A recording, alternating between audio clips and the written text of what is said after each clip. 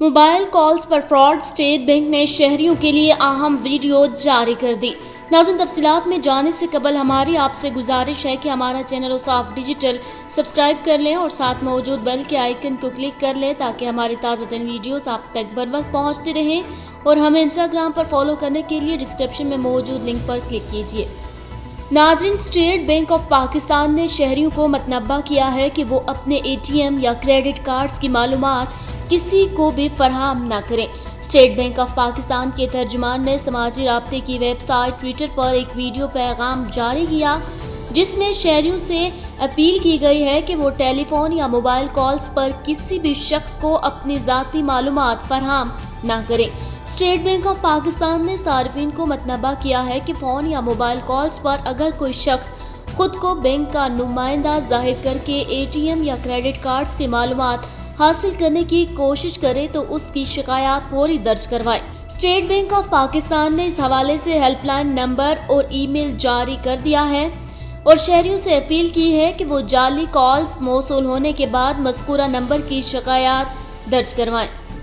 واضح رہے کہ پاکستان بھر میں شہریوں کو پرائیویٹ نمبر سے کالز موصول ہونے کی شکایات سامنے آ رہی ہیں جن میں کال کرنے والا شخص خود کو اسٹیٹ بینک آف پاکستان کا نمائندہ ظاہر کر کے bank account, A T M card number, pin code, credit card number حاصل کر کے اکاؤنٹ میں موجود رقم لے اڑتا ہے۔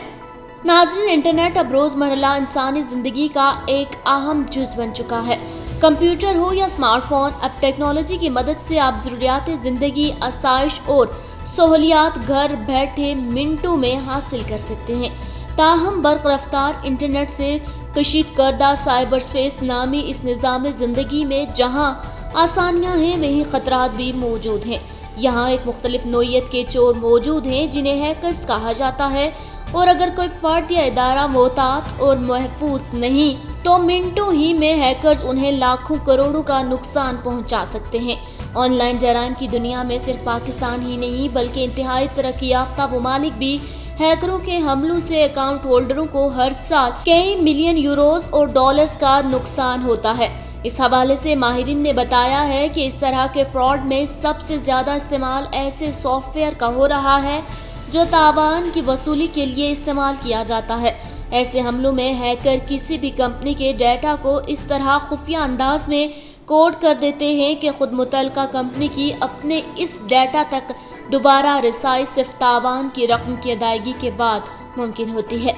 ایسے حملے چھوٹے اور درمیانے درجے کے آن لائن اداروں کے ساتھ ساتھ بہت بڑی انٹرنیٹ کمپنیوں کے ساتھ بھی کیے جاتے ہیں۔ بینکوں اور مالیاتی اداروں کی ویب سائٹس پر کیے جانے والے ان حملوں کے دوران آن لائن جرائم کے ماہر گروہ متعلقہ اداروں کی طرف سے ادائیگیوں یا ان کو رقوم کی منتقلی کے نظام کو اپنی گرفت میں لے لیتے ہیں، اور اس میں بڑی رقوم کو ان بے نامی اکاؤنٹس میں منتقل کر دیا جاتا ہے جنہیں وہ پہلے ہی کھلوا چکے ہوتے ہیں۔